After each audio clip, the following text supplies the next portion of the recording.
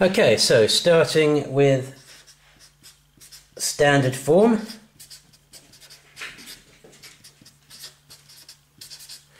Standard form is when scientists or mathematicians write very big or very small numbers using powers of 10 so that they don't have to write all the zeros. So for example, 3,120,000, 3,120,000. That's the same as 3.12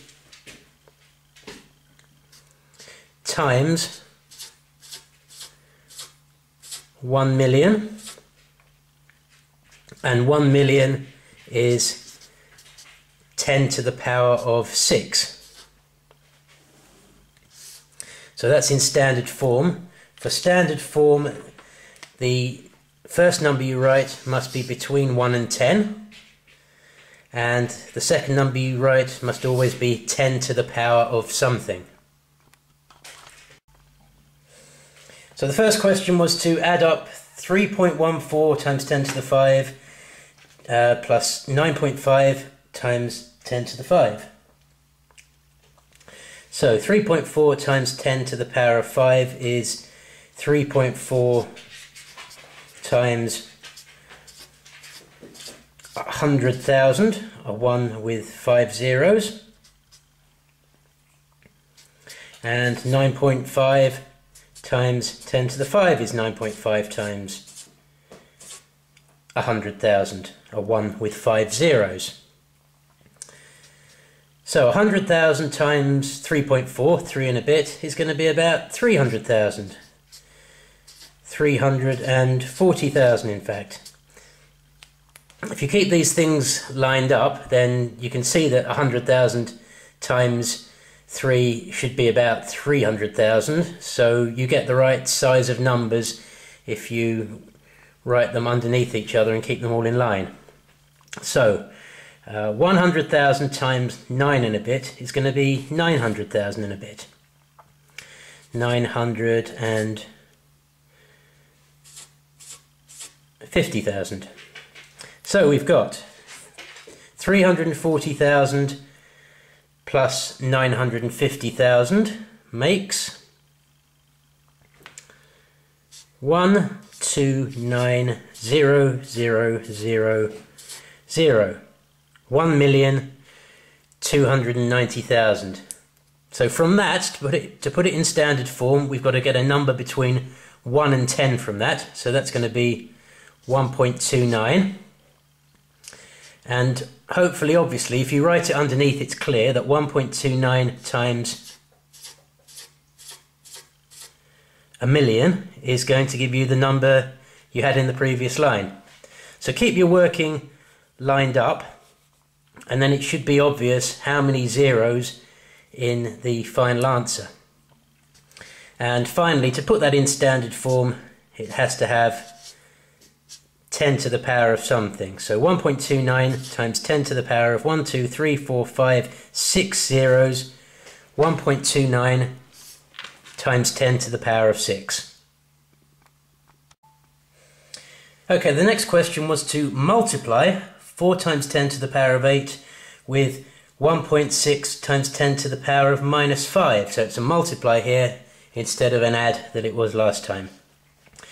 Now, with multiplying, it doesn't really matter what order you do the multiplying in. So what I like to do with a question like this is to do the regular numbers first. 4 times 1.6 is 6.4. Okay, so that's the 4 and the 1.6 multiply together to give the 6.4. And then 10 to the power of 8 times 10 to the power of minus 5. Remember, there's a rule about adding the powers. So 8 add minus 5 is 3. So the answer to that is 6.4 times 10 to the power of 3. And that's already in standard form because that's a number between 1 and 10, and that's 10 to the power of something.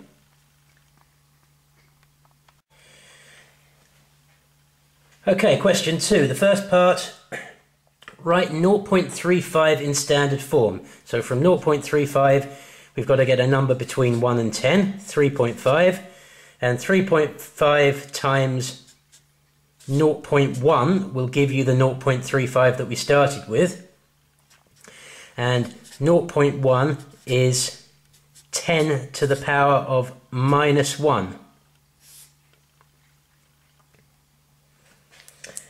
And that's in standard form, a number between 1 and 10 times 10 to the power of something. Remember your powers of 10.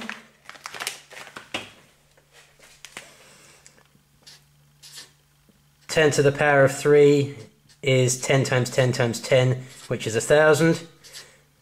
10 to the power of 2 is 100. 10 to the power of 1 is just 10 on its own. And then the number of zeros here just increases as the powers go down. So 10 to the power of 0 is 1. In fact, anything to the power of 0 is 1. And then when you go into the minus numbers, 10 to the power of minus 1 equals 0.1. Just move that up a little bit. And 10 to the power of minus 2 is 0.01. And that pattern continues, with the decimal shifting one place down here and the powers reducing by 1 down here. And it's very easy to remember which power gives how many zeros, because a 3 here is 1,000 and there's 3 zeros. A 2 here is 100 and there's 2 zeros. And then with the negative ones, 10 to the power of minus 2 is 0.001, and there's 2 zeros in that, including the 1 before the decimal point. So the number and the power will always tell you how many zeros in the number. Even when it's 10 to the power of 0, it's a 1 on its own with no zeros. And you just have to remember that negative powers go into numbers smaller than 1. So 0.1, 0.001, 0.00001, so on.